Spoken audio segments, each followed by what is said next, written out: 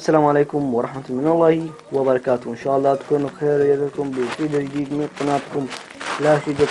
قبل ما نبدأ الفيديو صلي على الرسول ووقف الفيديو واعطينا لايك للدعم، ومعانا هجمات إن شاء الله تستفادوا منها وتقدر تستطيع أن تفوز على خصم أقوى منك بمراحل. وما أبدأ بأول هجمة من جوست محترف جدا في أرينا 4، والخصم زي ما انتم شايفين قدامكم ليفل 7 وهو ليفل 5. هو ليفل 5 والخصم ليفل 7 وأقوى منه بمراحل. ويعني من بداية الهجمة انت تقول كده هذا ليفل 7 أكيد راح يفوز عليا، لكن زي ما انتم راح نشوفوا بدأ باستراتيجية دفاعية. الدفاع المخادع، يعني الدفاع أهم، نزل عنده دفاع أهم حاجة يعني يدافع وما يستعجلش بالهجوم جدا. هو عايز يتعادل، لكن الخدعة هتكون في آخر الهجمة. نزل التسلا عشان يعني شيء قدامكم عشان ما اتكلمت متأخر عنها، والتسلا عاملة أحلى شغل معاه. وبدأ برضو أيضا بالدفاع، كل همه انه يدافع ويطلع حتى لو بتعادل، لكن ما يخسرش كؤوس. لكن في اخر الهجمة هتشوفوا في الاخر 10 ثواني اللي دمر يفوز، المرحلة اللي دمر يفوز، رغم انه هو تون ليفل 7 عفوا، ليفل 7، لكن هيتم الفوز عليه من قبل ليفل 1.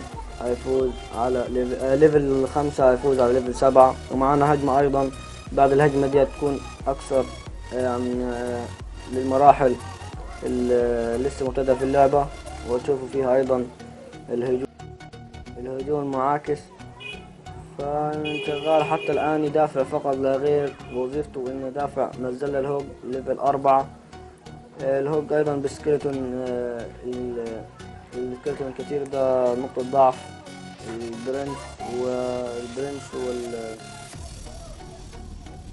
والهوج ايضا والبيكا. وحتى الان بيدافع فقط لا غير، شغال اعمل احلى شغل. دخلنا في اخر 60 ثانية.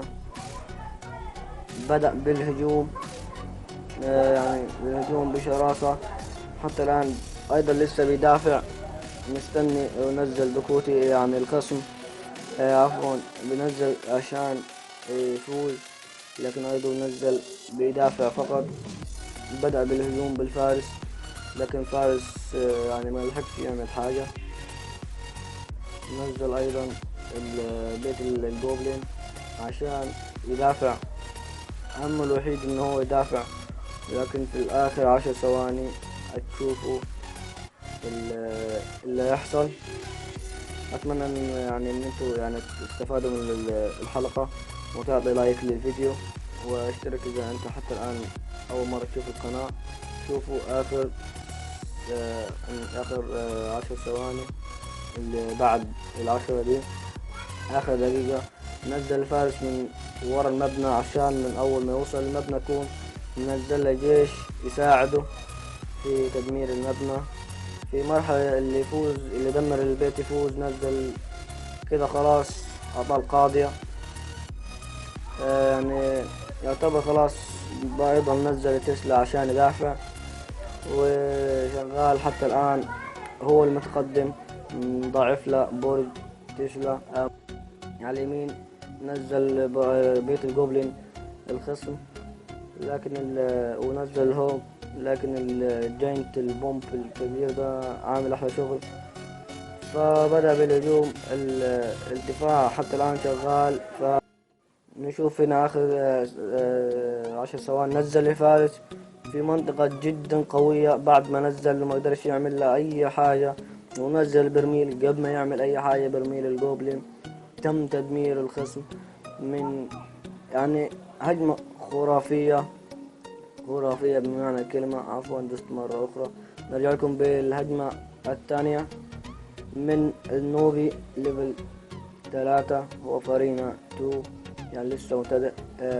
فارينا 3 عفوا ليفل 3 وفارينا 3 أيضا.